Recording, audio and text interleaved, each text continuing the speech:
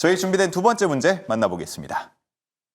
네, 이번에는 다음 주를 달 대비해보는 시간 가져보도록 하겠습니다. 이번 문제 통해 공개하도록 할게요. 문제지 열어주세요. 네, 다음 주에도 주목해야 할 섹터를 고르시오. 반도체, 원전, 로봇, 방산, 히트로 2차 전지까지 오늘 크게 움직였던 주요 섹터 이렇게 6가지 자리했습니다. 네, 먼저 반도체인데요. 오늘 시장을 들여다보면 정말 반도체 춘추 전국 시대라고 표현할 수 있을 것 같습니다. 연휴 동안 미국에서 반도체 관련 호재가 참 많이 나왔죠. 이로써 오늘 국내 반도체 투톱 동반 랠리를 보였고 장비단까지 힘을 받아갔던 모습이었는데요. 특히 삼성전자의 호재가 또 나왔습니다. 엔비디아가 최신 AI 가속기에 삼성전자의 HBM을 탑재하기로 했다라는 소식이 들려왔습니다.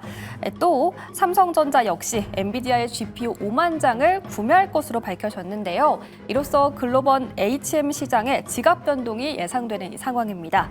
AI 거품론이 불거지는데도 불구하고 현재 반도체 질주가 이어지고 있는데요. 이 반도체 상승 랠리 언제까지 이어질지 잠시 후에 이야기 나눠보도록 하겠습니다. 네, 두 번째는 원전입니다. 오늘 원전이 반도체보다 더 큰 뒷심을 발휘해줬습니다. 두산 에너빌리티는 52주 신고가를 경신해냈는데요. 증권가에서 하반기 긍정적인 성적을 전망하고 있습니다. 4분기에 대형 수주들이 몰린 데다가 또 에이펙을 기점으로 팀코리아의 미국 시장 진출 결과가 도출될 가능성이 큰 상황인데요. 시장은 현재 4분기 수주 모멘텀에 집중하고 있습니다. 네, 다음은 로봇입니다. 오늘 로봇주도 표정 굉장히 좋았죠. 일본 소프트뱅크가 이 스위스 대기업 ABB에 대해서 산업용 로봇을 약 54억 달러 인수하기로 합의를 봤다라는 보도가 나왔습니다. 외신은 이를 두고 스타게이트 프로젝트 일환이다라고 분석하기도 했는데요. 국내 로봇 섹터 수혜 기대감 받아갔던 모습이었습니다. 네, 다음은 방산입니다. 오늘 방산은 파란불이 짙었던 모습이었죠. 이스라엘과 하마스가 휴전안에 합의했다라는 소식 때문이었는데요. 이로써 중동 리스크가 완화될 거란 전망이 나오면서 방산주 전반에 투심이 악화되는 모습이었습니다.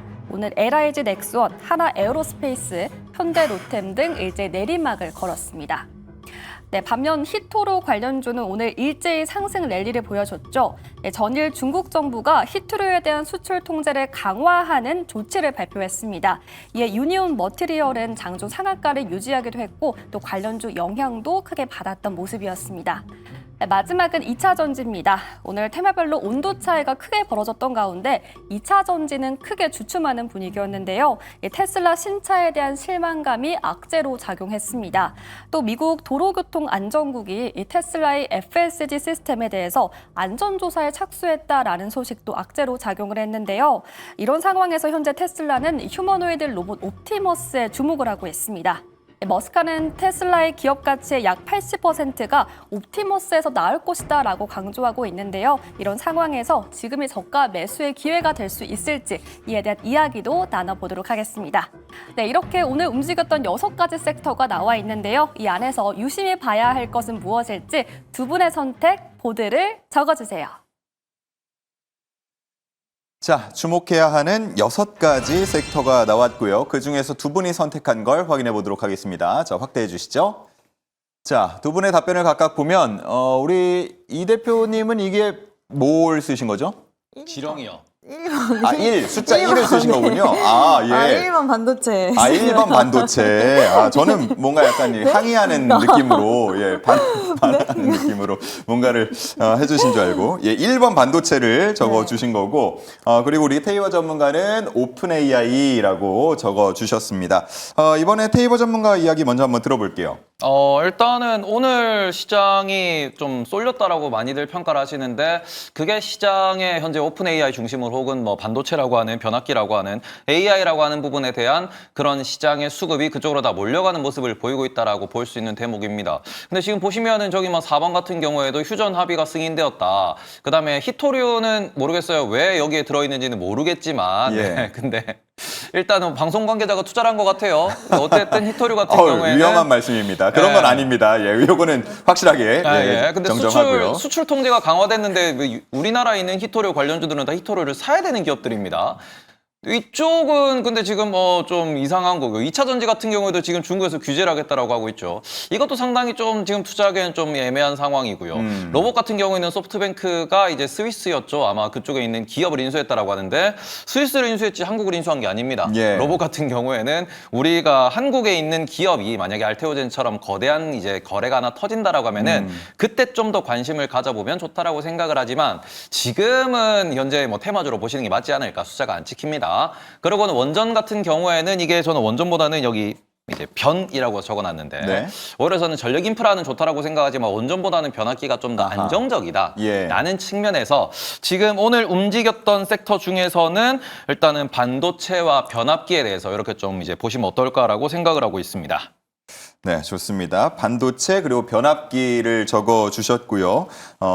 여러 가지 뭐 일단은 올라간 종목들 그리고 섹터들을 저희가 후보로 좀 제시를 해드렸고 그 중에서 두 분이 선택한 건 공통적으로 1번 반도체였습니다. 자, 이 대표님도 1번 반도체를 적어 주셨는데요.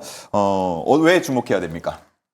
일단 오픈 AI도 그렇고 또 젠슨항 CEO가 온다라는 부분들 뭐 여러 가지 이슈가 있겠지만 이 6번까지의 섹터 중에서 과연 밀렸을 때 대기 매수세가 가장 강한 쪽이 어딘가로 생각을 했을 때는 아마 많은 투자자들이 혹시라도 시장이 조정이 나왔을 때 아니면 저 섹터들 중에서 조정이 나왔을 때 가장 먼저 담고 싶어하는 섹터가 반도체가 아닐까라는 생각이 들어서 반도체는 혹여나 밀린다 하더라도 매수세가 좀 유입이 강하게 되지 않을까라는 생각이 들었기 때문에 반도체를 한번 선택을 해봤고요. 반도체는 호재가 좀 저물어 갈 때쯤에 새로운 호재가 계속 만들어지는 것 같습니다. 또 삼성전자 잠정 실적 발표도 있는데 지금은 그 어느 때보다 뭐 삼성전자에 대한 기대감이 굉장히 커져 있는 상황이고 또 퀄컴 관련돼서도 파운드리 수주 관련된 뭐 좋은 소식이 나올 수 있다라는 이야기라던가 엔비디아 관련 HBM3 12단에 대해서 그동안 계속 번복이 됐는데 이번에는 좀 진짜인 것 같더라고요. 그래서 이런 이야기들 계속 스토리 자체가 긍정적으로 갈 수 있는 스토리들이 만들어지고 있고 뭐 범용 디램, 낸드, SSD 이런 시장들까지도 계속해서 우리가 그동안 기대하지 않았던 쪽까지도 AI 시장의 수혜를 받는다라고 하니 얼마나 이것은 굉장히 사이클적으로 봤을 때 크게 탈 수 있는 부분이라서 지금 시장에서도 이런 현상이 나타나고 있는 거기 때문에 대기 매수세가 가장 큰 섹터가 반도체라는 생각이 들어서 반도체는 흔들려도 다시 사줄 사람들이 많다라는 판단에 저는 1번을 골라봤습니다. 예, 반도체 얘기를 조금 더 하고 또 선택받지 못한 섹터들에 대한 얘기를 좀 추가로 하고 싶은데 일단은 뭐 개인 투자자들 최근에 돈 벌고 있습니까? 라고 했을 때 자신 있게 저 돈 많이 벌고 있어요 하는 사람들이 적을 것 같다라고 말씀을 드렸습니다만 사실 테이버 전문가가 계속해서 외치던 대로만 했으면 꽤 돈을 많이 벌었겠다 싶은 게 사실 저희 방송에서도 늘 SK하이닉스를 많이 강조를 해주셨고 눌리면 계속 담아야 한다 이런 얘기를 많이 하셨습니다. 저희 방송으로만 따지면 20만 원대 계속 눌릴 때마다 얘기를 하셨고요. 지금도 계속 똑같은 인사이트이십니까? 일단은 현재 시점에서는 제가 여기서도 계속 말씀드린 거는 삼성전자 시가총을 따라잡을 수 있을 것이다 라고 말씀을 드렸고 그 당시에 삼성전자 시가총액이 300조에서 한 350조 정도 된 상황이었어요. 근데 현재 상황에서는 삼성전자가 일단 500조 너머로 올라갔기 때문에 좀 시가총액 격차가 벌어져 있지만 그때 말씀드린 시가총액까지는 올라온 상황이다. 다만 현재 주가 상황에서 하이닉스의 향후 이제 수익까지 놓고 보시면은 일단 내년 상반기 정도까지는 선반영이 되어 있는 상황이다. 예. 그러니까 미국에 있는 기업처럼 1년, 2년이 선반영된 건 아니기 때문에 아직까지는 여전히 긍정적으로 볼만하겠으나 여기서 만약에 뭐 20%, 30% 정도 더 상승한다라고 하면은 그러면은 하이닉스조차도 미국에 있는 반도체 기업들처럼 1년치를 넘어 2년치, 3년치를 선반영하는 그런 모습을 보일 수 있기 때문에 그때부터는 이제 많이 좀 고민이 되겠죠. 그러니 지금 상황에서는 이제 우리가 20만 원대에서 얘기했던 그런 10만 원대에서 얘기했던 그런 상황보다는 한 1년 정도 선반영이 되어 있구나. 그러니까 이제부터는 좀 천천히 바라보면서 약간 경계하면서 바라보면서 조금은 이제 천천히 보고 지금 가장 문제가 되는 건 오늘 한미반도체 얘기가 시장에 좀 많이 이슈가 됐었어요. 예. 뭐냐 그러면 한미반도체가 이제 외국계에서 보고서가 나왔다. 그러면서 목표 주가를 상당히 많이 올리는 모습을 보였다. 13만 원대인가 그렇게 나온 걸로 알고 있는데 그러면서 한미반도체가 급등하는 모습을 보였습니다.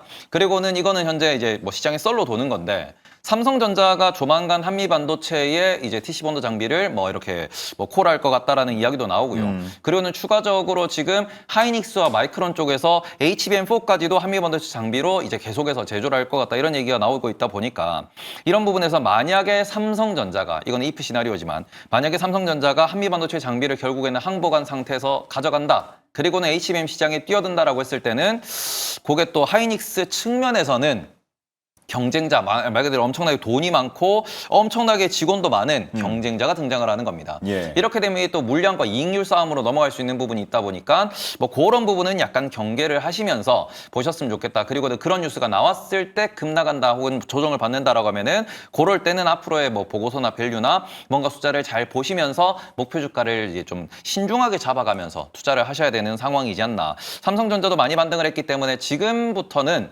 제가 이제 뭐 한 달 전에 여기서 그래도 하이닉스가 그래도 뭐 삼성전자 이런 얘기를 했던 것보다는 약간은 이제는 좀 경계도 슬슬 올리면서 시장을 봐야 되지 않을까. 단기 급등도 급등이고 현재 나와 있는 이슈에서 뭐 오픈 AI도 아까 말씀을 드렸지만 오픈 AI를 중심으로 한 벤더 파이낸싱 이야기도 많이 나오고 있습니다. 그래서 지금 미국에서도 계속 이야기 나온 게 올해 하반기나 내년 상반기에 오픈 AI가 과연 AMD, 엔비디아의 GPU를 얼마나 사줄 수 있는 능력을 보여주는가가 시장 방향의 핵심이다라는 이야기도 하고 있는 중입니다. 그래서 이런 부분에 있어가지고 물론 뭐 마이크로소프트라든지 오라클 그리고는 뭐 아마존이나 구글 같은 기업들 같은 경우에는 엄청나게 GPU를 사고 있고 현금 흐름이 있다 보니까 그쪽에서는 지금처럼 계속해서 많이 소비를 할 거예요, GPU를. 다만 이 부분에서 오픈 AI가 매우 공격적으로 소비를 하겠다라고 하면서 뭐 시장에 많은 상승 요인을 만들어낸 상황이다 보니 그런 부분에 있어가지고 오픈 AI가 올해 하반기나 내년 상반기에 계획대로 지출을 할 수 있는가? 못하네 그러면 이게 또 약간 시장의 충격으로 다가올 수 있거든요. 그런 부분을 팔로우하면서 반도체 같은 경우에는 뭐 하이닉스가 일단은 제가 생각했던 가격까지는 올라왔어요. 예. 그러니까 지금부터는 뭐 1년 이후, 2년 이후, 2027년도에 뭐런 방향성을 보고 또 투자를 이어가시는 게 맞지 않을까. 그렇게 조금 보수적으로 말씀을 드리고 싶습니다. 네, 좋습니다. 이제는 뭐 종가 기준으로도 9만 원대와 40만 원대를 넘겼으니까요. 삼성전자와 SK하이닉스를 투자를 고려하시는 분들은 조금 더 신중할 필요가 있어졌다 이런 얘기를 했고요. 저희 두 분으로부터는 아니지만 사실 주식남녀에서 소부장 얘기나 반도체 얘기를 많이 할 때 한미반도체 아직 안 갔다. 이 얘기를 사실 많이 했었거든요. 자, 그런데 오늘 장에서 이제 20% 가까이 올랐고 지금 애프터마켓에서 추가적인 상승이 나오면서 12만 원대까지 뚫고 지금 거래가 되고 있습니다. 물론 이전 고점 거의 20만 원까지 다가섰던 때와 비교하면 아직 룸이 좀 남아 있는 것 같이도 보이는데 한미반도체를 포함해서 좀 유망하게 보시는 아직 여력 있는 반도체 종목이 있을까요? 원래 저는 이오테크닉스 오늘 오전까지 좀 어제 저녁까지 봤는데 오늘도 8% 정도 상승이 나왔더라고요. 예. 삼성전자 관련돼서 좀 가장 기대를 할 수 있는 이제 어닐링 장비 관련돼서 커팅 장비라든지 추가 수주에 대한 기대랑 그리고 3분기 실적이 좀 잘 나올 수 있다라는 전망치가 있는 기업이어서 좀 기대를 했는데 역시나 오늘 또 상승세가 나와줬고 반도체 관련돼서는 그동안 못 갔었던 주성 엔지니어링까지 가더라고요. 오랜만에 들었어요. 그렇죠. 주성 엔지니어링은 이제 중국 쪽 매출 비중이 좀 있다 보니까 시장에서 계속해서 다른 종목들 갈 때 비교적 못 갔던 종목인데 오늘 주성 엔지니어링도 가는 모습을 보면서 그리고 한미반도체와 라이벌 구도에 있었던 하나 비전이 가는 모습을 보면서 원래는 하나세미텍이 지금 TC본더 관련돼서 발전이 아직 잘 안 되고 있어서 수율이 안 잡히고 있다는 이야기가 최근까지도 나왔는데 그럼에도 불구하고 상승세가 나오고 있다는 것은 그만큼 이쪽으로의 자금 쏠림 현상이 굉장히 좀 심화되고 있다는 부분과 또 한마디로는 소부장 쪽은 지금 우리가 실체는 당연히 다 있는 기업이긴 하지만 정말 실제로 매출이 잡히고 얼마나 연결고리가 있고 매출에 대한 부분들이 캐파를 어느 정도 차지하고 있는지 이런 부분들을 판단을 하는 걸 떠나서 이제는 막 우후죽순으로 오르는 시기까지 왔다라고 본다면 오히려 위험한 시기가 도래했다라고도 우리가 판단할 수 있기 때문에 종목별 옥석 가리기 만약에 눌린다고 했을 때도 정말 수혜를 받을 수 있는 종목들 위주로 이제는 2차전이 온다라고 했을 땐 선별적인 움직임으로 좀 대응을 해야 되지 않을까라는 의견 드려보고 싶습니다. 네, 좋습니다. 반도체 얘기 좀 나눠봤고요.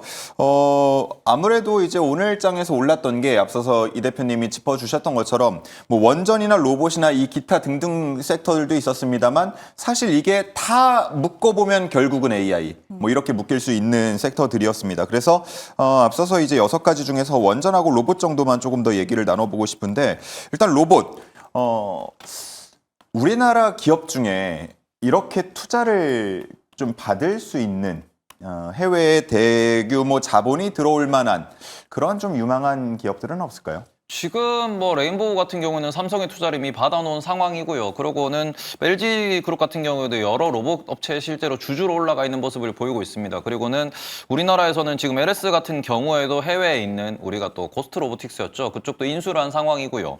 현대차 그룹 같은 경우에도 지금 현재로서는 뭐 본인들의 이제 회사 자체가 있긴 보스턴 다이너믹스에 있는 상황이니까 이런 부분 놓고 보시면은 우리나라에서도 되는 기업들은 이미 삼성이나 LG나 이런 데서 다 점 찍어가지고 이미 뭐 이렇게 인수한 상황이고 우리나라가 그 로봇이 좀 늦게 시작한 국가로 평가를 할 수 있기 때문에 예. 그런 부분에서는 현재로서는 뭐 대부분이 대기업 계열사인 상황이고요. 그리고는 스타트업 같은 경우에는 뭐 일본이나 미국 대비 좀 많이 늦었기 때문에 투자를 지금 유치를 할 수 있는 그런 기업은 없지 않나라고 보시는 게 맞을 것 같습니다. 그래서 그런 부분에 있어가지고 저는 국내 로봇은 테마다. 그리고는 특히 이게 항상 말씀드리지만 국내 로봇에 대해서 되게 부정적으로 말씀드리는 이유는 우리나라 로봇 업체들의 실제 경쟁자를 놓고 보셔야 돼요. 우리나라 로봇이 만약에 이게 헤드에 들어가는 두뇌에 들어가는 소프트웨어를 만든다 그러면은 그쪽은 우리가 계속해서 좀 관심을 갖고 볼 수 있겠으나 우리나라는 여전히 대부분의 기업들이 실제 하드웨어 제조를 병행하고 있는 모습을 보이고 있습니다. 그나마 뭐 고스트나 아니면은 뭐 보스턴 다이나믹스 정도에서는 뭔가 이게 소프트웨어 쪽 개발도 같이 하고 있지만 그쪽은 다 미국 기업이고요. 예. 그래서 우리나라 계열사가 지금 우리나라 이제 지주사들이 그룹사들이 투자를 한 상황이죠. 뭐 우리나라에서 대부분은 뭐 만들어서 잘 걸어 다닙니다. 뭐 잘 뛰어 다닙니다. 물건 옮깁니다라고 이야기를 하는데 이 부분은 테슬라의 옵티머스와 비교했을 때도 옵티머스는 뭔가 이제 소프트웨어 중심으로 접근을 하고 있죠. 그런 부분에서 우리나라가 이게 약간은 소프트웨어 쪽에 약하다라는 이야기도 나올 수 있는 부분이고 실제로 하드웨어의 대장은 현재로서는 중국입니다. 근데 우리나라가 중국과 제조업단에서 경쟁한다라고 했을 때 그쪽에서 경쟁력을 유지하고 있는 섹터가 거의 없어요. 그래서 그런 부분 놓고 보시면은 저는 로봇 같은 경우에는 이거는 국가 차원에서도 되게 중요한 기술이고 중요한 산업이기 때문에 뭐 계속 국내에서의 그런 시장은 확산되고 유지가 될 수 있겠지만 글로벌 시장에서는 중국의 제품과 그리고는 미국의 제품과 비교를 하면서 투자를 하셔야 된다는 점에서 아직까지는 마땅히 약간 경쟁을 잘한다, 경쟁의 우위에 있다라는 그런 기업은 보이지 않는다. 이렇게 말씀을 드리고 싶습니다. 네, 테이버 전문가의 이러한 분석이 오늘 시장에서도 사실 어느 정도 반영이 좀 된 듯 보였던 건 여러 가지 로봇주가 급등을 했습니다만 소프트웨어 관련된 종목들이 특히나 좀 잘 가는 모습들이었거든요. 클로봇, 뭐 시메스 등등 종목들 눈에 띄었는데 앞으로 로봇을 투자한다 그러면 우리는 이런 쪽으로 조금 더 주목을 해봐야 될까요? 저는 개인적으로는 이제 로봇손 관련된 종목들을 좀 제일 유망하게 보고 있는데. 로봇손? 네, 예. 근데 많이 올라왔어요. 이미 로보티즈나 원익홀딩스가 그 일을 하고 있고 지금 로보티즈 같은 경우에는 주가가 정말 쉬지 않고 올라가는 이 이유에는 로봇손이 이번에 개발이 돼서 오픈 AI에 공개를 했다는 소식과 휴머노이드 로봇에서 가장 중요한 건 사실 손이거든요. 정교한 작업을 직접적으로 해야 되는 부분이라서 그래서 삼성전자에서도 이번에도 로봇손을 개발하겠다라고 이야기를 했는데 그 부분에 대해서 좀 생각을 해보면 결국 원익홀딩스는 지금 메타랑 같이 로봇손을 만들고 있고 협업을 해서 이런 부분들을 생각했을 때 이런 종목들은 물론 보유자의 영역이긴 하지만 로봇손에 대한 부분들을 가지고 있는 모멘텀 갖고 있는 기업이라든지 아니면 휴머노이드 로봇 부품에서 가장 또 중요한 게 바로 액추에이터이기 때문에 지금 최근에 하이젠 R&M 그리고 로보티즈도 마찬가지로 이 사업을 영위하고 있다라는 거.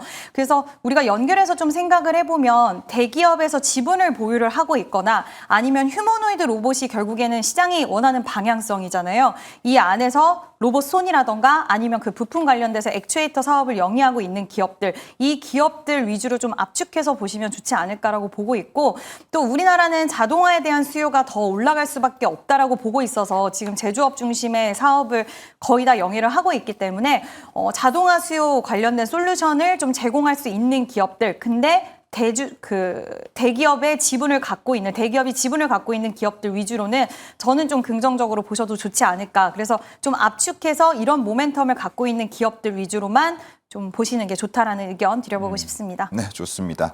자, 끝으로 원전 얘기 대표 종목 두산에너빌리티가 어쨌든 굉장히 긴 횡보를 하고 있었는데 고점에서 횡보를 하고 있었는데 오늘 장에서 굉장히 급등을 했습니다. 10%가 넘는 15% 가까운 그런 상승을 했기 때문에 이 종목에 대한 분석만 두 분께 짧게 듣고 마지막 문제로 넘어가 보겠습니다. 태권 전문가님.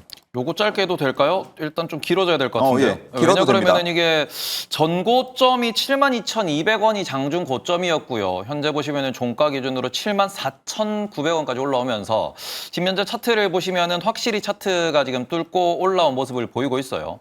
그래서 이 부분에서는 이제는 이게 돌파 매매 타깃이 될 수 있다라는 점. 그러니까 미국에서도 계속해서 우리가 이제 가는 놈이 더 간다라는 그런 수급을 보이고 있는데 두산에너빌리티를 지금 현재 이제 주도하고 있는 거는 기관과 외국인이라는 관점. 그리고는 이런 부분에서 이제 기술 기업으로서로 평가로 접근해 본다 그러면은 이렇게 애매할 때는 못 들어가요. 이렇게 횡보할 때는 들어갈 수 없는 상황이지만 이렇게 고점을 뚫었을 때 외국인이 더 산다라고 하면은 요거는 다음 주에 단타 수급에 매우 큰 영향을 미칠 수 있기 때문에 예. 저는 기술적인 부분에서는 두산에너빌리티를 한번 접근해 볼 만하다. 특히 외국인들이 이렇게 따라 들어온다라고 했을 때는 그 부분에서는 우리나라 이제 기준에서는 50조라 그러면은 되게 비싸지만 예. 글로벌 관점에서는 50조가 비싼 게 아니거든요. 그렇게 놓고 봤을 때는 돌파 매매 기술적 접근 대상으로는 다음 주에 한번 볼 만하다. 근데 여전히 위험하다라고 급등락이 항상 발생할 수 있기 때문에 그 부분을 감안하면서 짧은 시기열로 접근하시고 뭔가 추세 매매 관점에서 접근하시는 게 유효하지 않을까 이렇게 말씀을 드리고 싶습니다. 네, 좋습니다. 이 대표님 두산에너빌리티 어떻게 보고 계십니까? 박스권을 돌파했다는 거에 대해서 상당히 좀 의미가 있다라고 생각을 하고 있고 지금은 외국인들의 수급의 주도하에 움직이는 시장이다 보니 대형주들이 정말 이렇게 올라도 되나라는 생각이 들 정도로 올라오는 시장이라서 보통 대형주를 매수를 하시면 이제 단기적인 관점보다는 좀 장기 관점으로 많이 보시는 분들이 많이 있는데 지금 구간에 보면 대형주들 올라왔던 종목들을 사실 장기적으로 지금 비중을 많이 실어서 끌고 가기에는 살짝 좀 부담스러운 구간이기 때문에 약간의 편견을 깨고 단기 관점으로도 대형주도 충분히 매매를 할 수 있다라는 생각으로 차라리 저는 접근하시는 게 맞지 않을까라고 보고 있고요. 테마주들이나 지금 단타 관련된 종목군들도 여전히 좀 상승세가 나오는 종목들도 있긴 하지만 결국에는 수급이 가는 쪽은 대형주 쪽에서도 AI 관련된 쪽이라든지 에너지 쪽의 종목들이라서 이쪽 관련돼서 오히려 지금 시장에서 덜 불안하시려면 시장이 언제 밀릴까 좀 불안하신 분들은 차라리 대형주에서 좀 짧은 매매를 하시는 것도 하나의 방안이 되지 않을까라는 의견 드려보도록 하겠습니다. 네, 두 분이 비슷한 그런 투자 전략을 세워주신 것 같습니다.